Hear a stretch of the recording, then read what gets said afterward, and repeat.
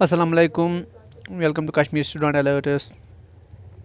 उम्मीद कि सारी आसान ठीक।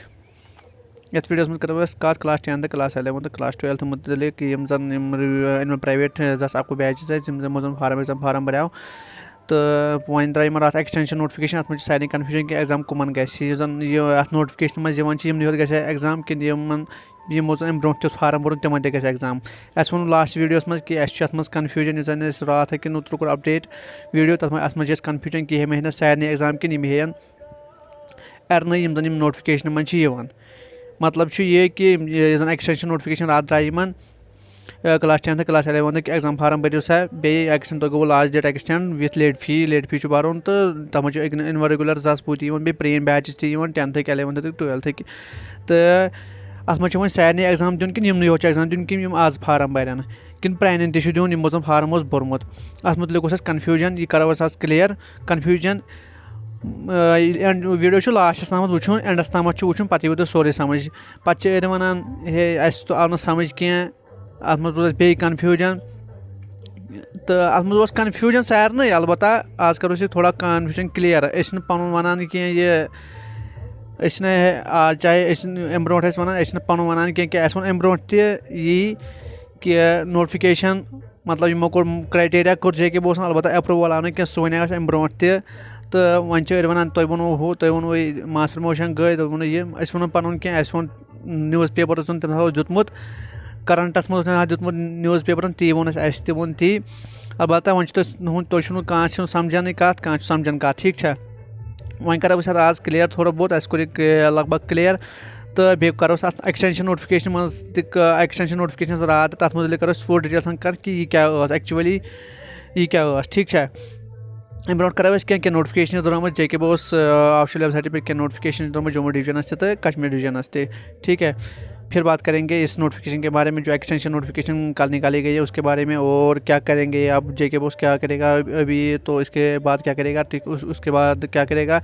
तो इसके बारे में भी हम डिटेल आपको देंगे ठीक है। पहले कुछ नोटिफिकेशन दिखाएंगे आपको जो JK बोस की तरफ से आई है नहीं ठीक है। पहले जम्मू डिवीज़न की कुछ रिज़ल्ट नोटिफिकेशन आई है पहले आपको दिखाएंगे हम रिज़ल्ट नोटिफिकेशन कुछ मॉडिफिकेशन की गई है किसी का रिज़ल्ट जो पेंडिंग था उसका रिज़ल्ट निकल गया अब हम दिखाएंगे ये रिज़ल्ट किसका है मॉडिफाई किया गया है ठीक है। देखो आप भी देखना ये JK बोस जम्मू डिवीज़न का है तो इसका रिज़ल्ट जो अब्दुल अजीज़ रोल नंबर ये है इसका रिज़ल्ट मॉडिफाई किया गया है अभी इसका क्लियर किया गया है ठीक है। आप खुद भी देख सकते हो JK बोस ऑफिशियल वेबसाइट पे ठीक है। अब बढ़ते हैं दूसरी नोटिफिकेशन क्या है ये भी रिज़ल्ट नोटिफिकेशन है JK बोस जम्मू डिवीज़न के लिए ये भी रिज़ल्ट नोटिफिकेशन किसी का मॉडिफाई किया गया है किसी का पेंडिंग रिज़ल्ट था कुछ प्रॉब्लम हो गई थी उसको रिज़ल्ट में तो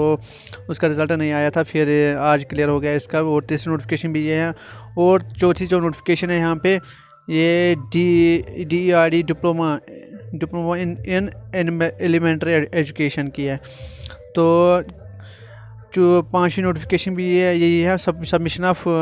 रेपियर फेलियर कैंडिडेट सेशन 2017 2017 2019 इनको एग्ज़ाम फार्म भरना है जो डिप्लोमा कर रहे हैं JK बोस में तो वो डिप्लोमा कर रहे हैं इन एलिमेंट्री एजुकेशन में जो डिप्लोमा करते हैं अभी कर रहे हैं तो उनको फार्म भरना है ठीक है। अब बढ़ते हैं कश्मीर डिवीज़न की तरफ तो कश्मीर डिवीज़न की क्या नोटिफिकेशन निकली है तो वो भी देखेंगे ठीक है। पहले रिज़ल्ट निकला है रिज़ल्ट गैजेट DED का निकला है जो डिप्लोमा कर रहे हैं JK बोस मतलब JK बोस में मतलब जो डिप्लोमा कर रहे हैं डिप्लोमा इन एलिमेंट्री एजुकेशन में जो डिप्लोमा कर रहे हैं उनका रिज़ल्ट निकल चुका है रिज़ल्ट गैजेट निकल चुका है ठीक है। तो आप जो कश्मीर डिवीज़न और इंक्लूडिंग कश्मीर डिस्ट्रिक्ट करगिल के लिए भी नोटिफिकेशन है रिज़ल्ट निकला है DED का ठीक है। तो आप डाउनलोड कर सकते हो ये ऑफिशियल वेबसाइट है JKBoss.nic.in से आप डाउनलोड कर सकते हो। और जो दूसरी नोटिफिकेशन है यहाँ पे रिज़ल्ट नोटिफिकेशन है ठीक है। तो ये ओपन करके देखते हैं क्या है ये ठीक है रिज़ल्ट नोटिफिकेशन है ठीक है। तो हम दिखाएंगे आपको ये भी किसी का पेंडिंग रिज़ल्ट था शायद हाँ ये इधर भी रिज़ल्ट जो था ये रोल नंबर है इसका क्लियर हो गया है अब रिज़ल्ट क्लियर हो गया इसका कोई कुछ प्रॉब्लम थी तो अब रिज़ल्ट क्लियर हो गया इसका ठीक है। तो आप देखना ये खुद भी JK बोस ऑफिशियल वेबसाइट से डाउनलोड कर सकते हो इसका रिज़ल्ट जो क्लियर हो गया है अब अब तीसरी नोटिफिकेशन की भी बढ़ते हैं। जो एक्सटेंशन नोटिफिकेशन थी कल जो निकाली गई है जेके बॉस की तरफ से, जिसमें बहुत सारा कन्फ्यूजन था, हमने भी बताया था, तो आपको भी टेंशन, आप सब लोग टेंशन में आ गए। तो अब हम आपको क्लियर करेंगे थोड़ा बहुत इसमें कन्फ्यूजन क्या था, एक्चुअली कन्फ्यूजन क्या था। तो हमने उस टाइम मजबूरी में बनाया था वीडियो, तो कुछ समझाने के लिए। इससे हम पहले ही अपडेट करते 3 तारीख को, जब ये नोटिफिकेशन हमको आ गई थी, तो उस टाइम हम अपडेट कर सकते थे, लेकिन हमने इसलिए अपडेट नहीं किया क्योंकि आप टेंशन में आते उस टाइम, तो उस टाइम हमने अपडेट नहीं किया। तो आज ये कई कन्फ्यूजन क्लियर करेंगे इसमें एक्चुअली क्या था, कन्फ्यूजन क्या था। तो ये वीडियो हम आपके लिए बना रहे हैं, तो वीडियो अंत तक देखना है, ठीक है। फिर ये नहीं कहना कि समझ नहीं आ गया, ठीक है। चलो ओपन करते हैं इसमें कन्फ्यूजन क्या था, ठीक है। हम अपनी तरफ से कोशिश कर रहे हैं, फुल्ली कोशिश कर रहे हैं, तो मतलब बहुत सारी कोशिश कर रहे हैं कि आपको कन्फ्यूजन क्लियर हो, ठीक है। हमने कल से बहुत कोशिश की कि कुछ ऑफिशियल से बात करें, ठीक है। फाइनली आज हमने ऑफिशियल से बात की, बोर्ड ऑफिशियल से, एग्ज़ाम कंट्रोलर से भी बात की, तो आपके लिए कर रहे हैं हम, ठीक है।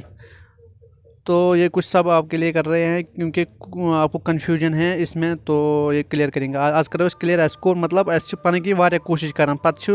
तो ताम तो क्या सोचान क्या सोचने, कह सोचान गलत, कह सोचान ठीक, ठीक है। पानी किन कोशिश करान,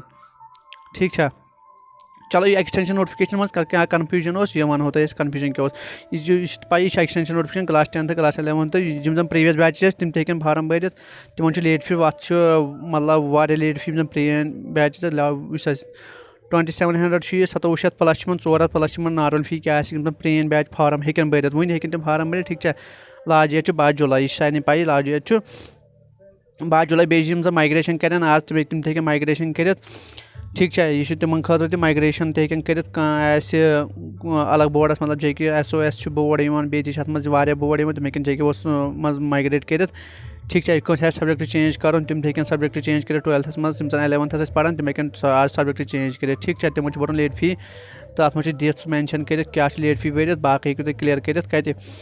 स्कूलस मज, ठीक है। वह वो तुम यह कन्फ्यूजन क्या वो सा, ये कन्फ्यूजन क्या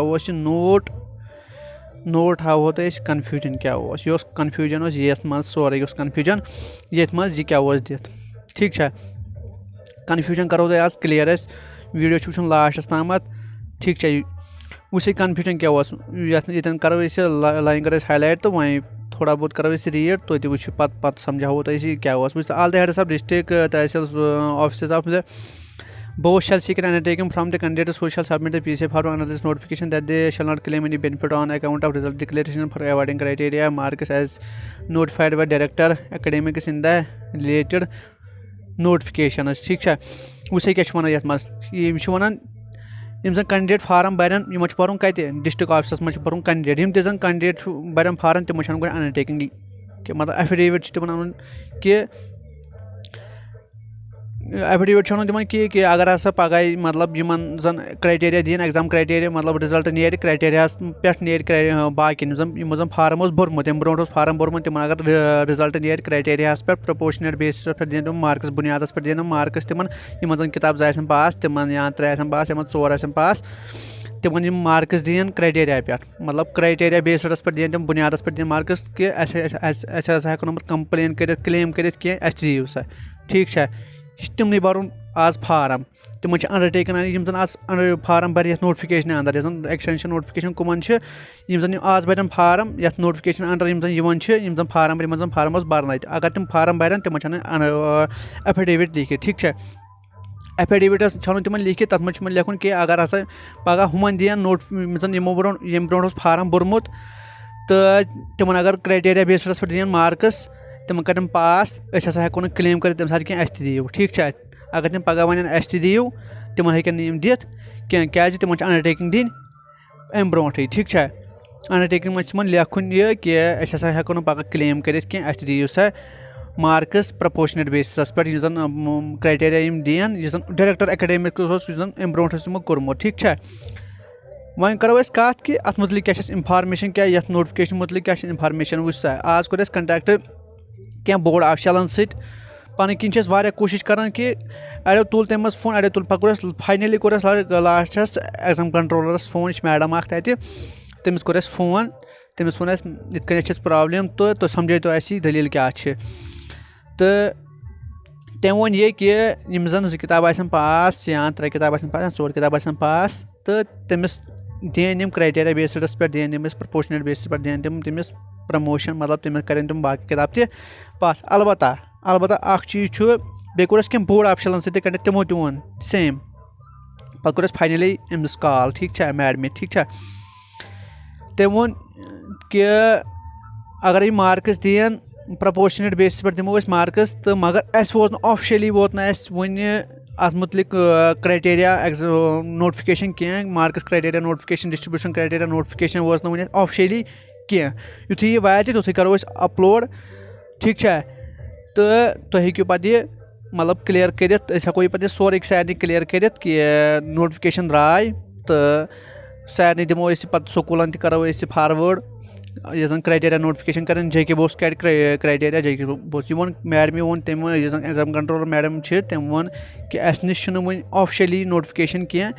मार्क्स डिस्ट्रीब्यूशन क्राइटेरिया नोटिफिकेशन कह अलबत्ता यह एक्सटेंशन नोटिफिकेशन यह तिमन खतर कह यह नई एग्जाम फार्म बरन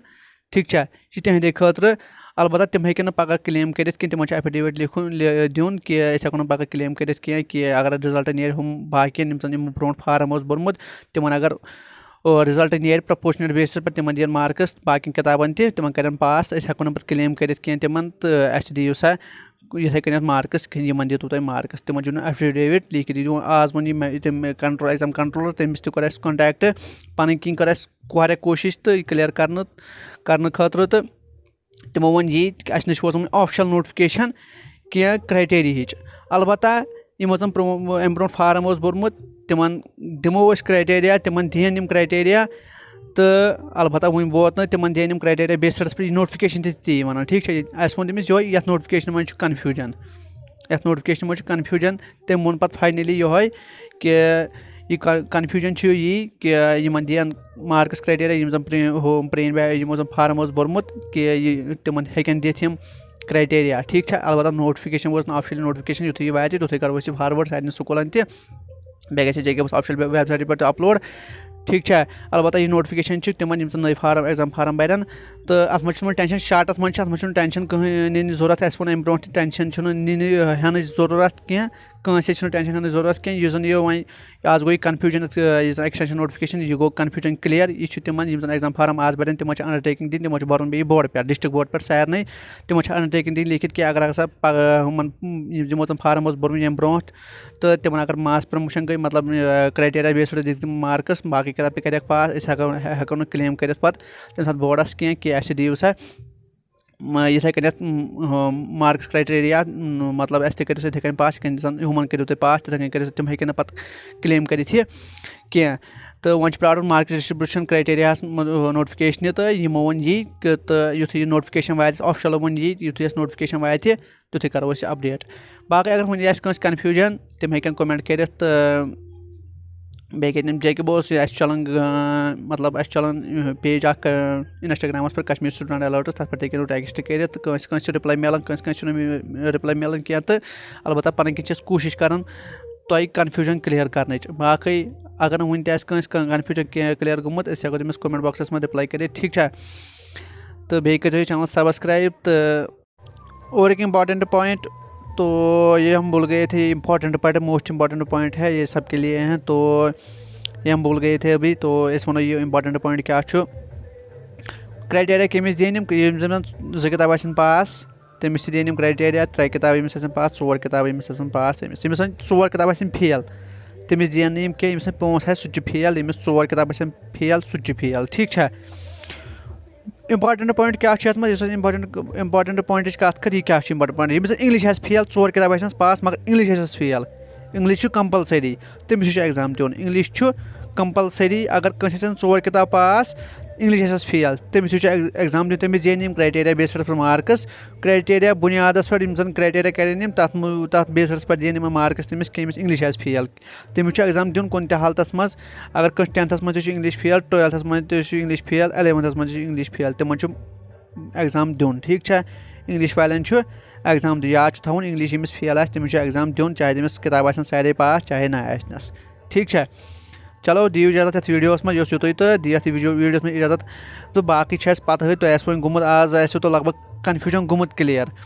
तो फिर भी अगर गुमुत आस तो सह कर कमेंट ठीक छा तो दियत वीडियोस में इजाजत तो खुदा हाफिज़।